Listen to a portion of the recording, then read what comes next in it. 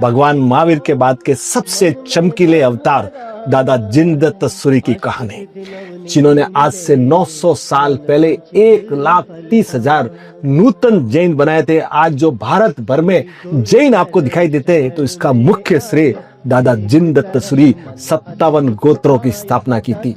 संवत 1132 में धौलका में पिता वासिक शाह और महावाहदेव के पुत्र रत्न का जन्म होता है। सोमचंद्र 9 साल की उम्र में दीक्षा और 1169 आते आते आचार्य पद आचार्य दादा जिनदत्त सूरी विहार करते हुए विक्रमपुर पहुंचते। महामारी का आलम, हजारों लाशें, लोगों में हाहाकार मचा हुआ है। दयालु गुरुदेव अभिमंत्रित जल का छिड़काव करते हैं, पूरी महामारी खत्म हो जाती है। लोग इतने प्रभावित हो जाते हैं कि भारत के इतिहास में भगवान महावीर के बाद पहली बार एक साथ 500 पुरुष और 700 स्त्रियों ने एक साथ 1200 लोगों ने वहां पे दीक्षा ली थी। एक नागदेव नामक श्रावक, उसके मन में आया कि इस युग में सबसे बड़े आचार्य कौन, तो वो युग प्रधान कौन, तो वो जाता है गिरनार और माँ अंबिका की जबरदस्त तपस्या करते हैं।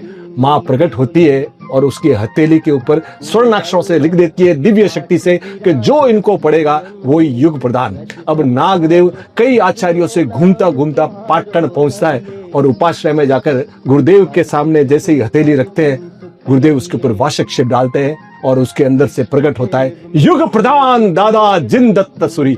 एक बार प्रतिक्रमण चल रहा है, ऊपर से बिजली कड़क रही है, बारिश हो रही है, हजारों लोग प्रतिक्रमण कर रहे हैं। गुरुदेव तो तुरंत उस बिजली को अपने लकड़ी के पात्र में स्तंभित कर देते हैं। तब बिजली देवी उनको आशीर्वाद देती है कि जो भी आपका नाम स्मरण करेगा मैं उसके ऊपर कभी नहीं करूंगी।